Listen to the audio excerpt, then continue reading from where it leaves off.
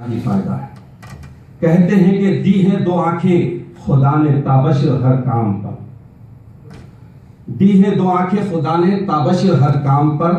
ایک نظر ہو آغاز پر، ایک نظر ہو انجام پر. بگننگ کیا ہے؟ یہ کام کس لیے کر رہے ہیں؟ صراط مستقیم پر لے جانے والا ہے یا نہیں ہے؟ یہ نظر ہونا چاہیے. کام کرنے سے پہلے، بات کرنے سے پہلے سوچنا چاہیے کہ یہ آغاز کیسا ہے اور اس کا انجام کیسا ہے. حاضرین محترم، ہر انسان سمجھتا ہے اپنے آپ کو معمر. ذرا عمر لیتے ہی خیال کیا جاتا ہے کہ میں بڑا اولڈ ایج ہو گیا. 70 برس کی میری عمر ہے، 80 برس کی میری عمر ہے. لیکن آپ غور کیجئے، دنیا کی ابتدا سے غور کیجئے.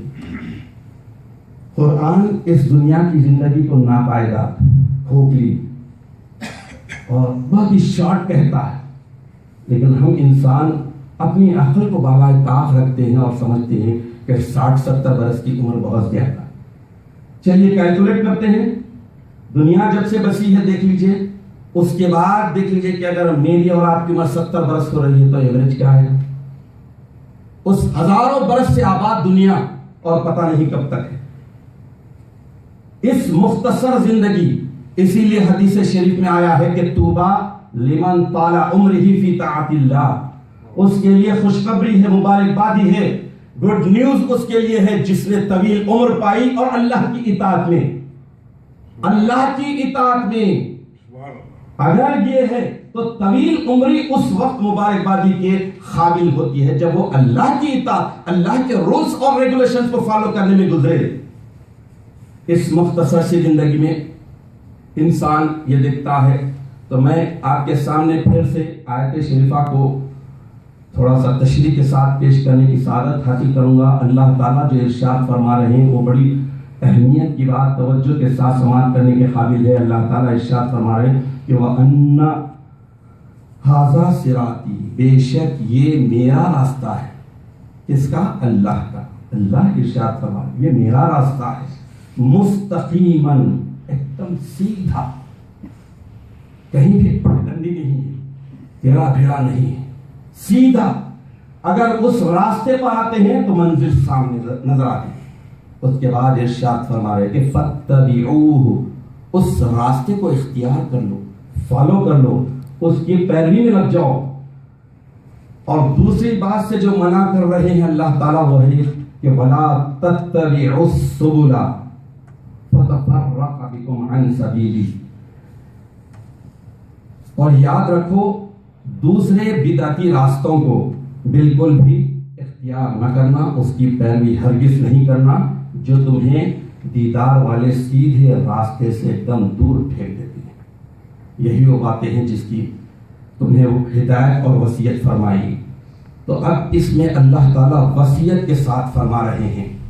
تو اب آپ ہم ڈیسائیڈ کرنے والے نہیں، جو چیز ڈیسائیڈ ہو گئی ڈیسائیڈ ہو گئی. اسلام جس طرح 14 صدی قبل طے ہو گیا، نبی آخر الزمان دنیا میں تشریف لا لیے. آج بھی دنیا کی میجارٹی، توجہ سے سماعت فرمائیں، آج بھی دنیا کی میجارٹی نبی آخر الزمان احمد نام کے انتظار میں گزار رہی ہے. ویسے ہی اسلام ڈیسائیڈڈ، طے ہو چکا. مہدویت بھی بالکل ویسے ہی ڈیسائیڈڈ، طے ہو چکا. پہلے بھی کئی باطل مہدی آئے، بعد میں بھی آئے اور آتے بھی رہیں گے. تو اب جو چیز طے ہو گئی اس کے تعلق سے ہم یہ طے کر لیں کہ راستہ تو متعین ہو گیا، فکس ہو گیا.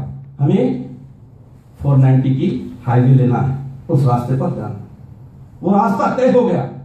اب اس کے بعد، اب اس راستے پر آنے کے بعد سب سے بڑی چیز ہے قرار، استقامت، مضبوطی کے ساتھ جن جانا، ادھر ادھر نہیں دیکھنا. تو ایک مرتبہ کا واقعہ آپ کے سامنے رکھتا چلوں. حضور اکرم نبی مکرم صلی اللہ تعالیٰ علیہ وسلم حضرت عبداللہ ابن مسعود رضی اللہ تعالیٰ عنہ سے حدیث شریف مروی ہے. اس حدیث میں تفصیل سے بتایا گیا اور احادیث کی کتاب میں وہ گراف بھی اتارا گیا. اللہ کے رسول صلی اللہ تعالیٰ علیہ وسلم ایک لکیر ایسا زمین پر کھینچے، سیدھی لکیر کھینچے. کھینچ کر ارشاد فرمایا کہ یہ سیدھا راستہ ہے، اللہ کا راستہ ہے، سیدھی لکیر کھینچی۔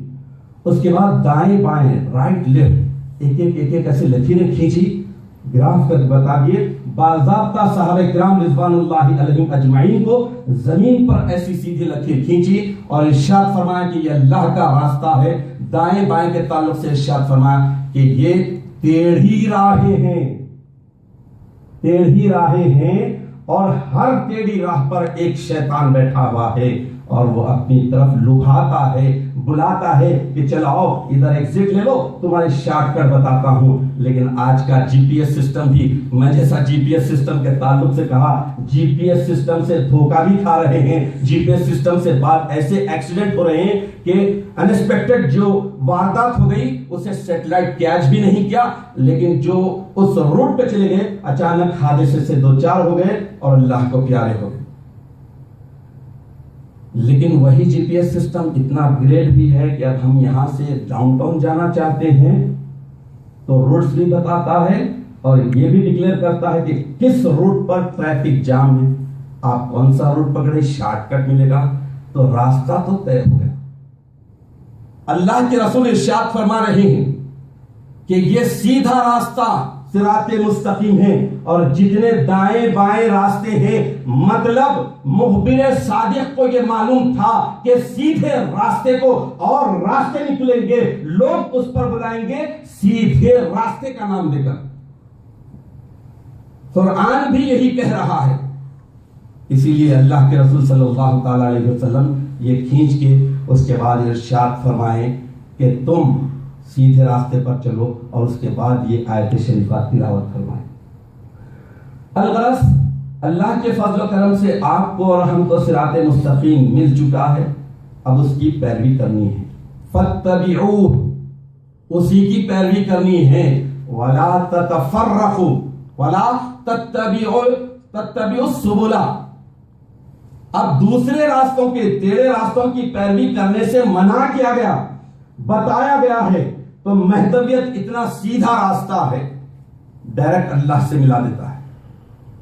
اور ابتدائی تاریخ کو اٹھا کر دیکھ لیجئے کہ جب حضور مہدی موعود علیہ الصلوۃ والتسلیم اس دنیا میں تشریف لائے، آنے کے بعد بیان قرآن، اس وقت بھی قرآن تھا، اس وقت بھی نمازیں تھی، اس وقت بھی حج تھا، اس وقت بھی زکاتیں دی جاتی تھی، احادیث کے انبار تھے، سب کچھ تھے۔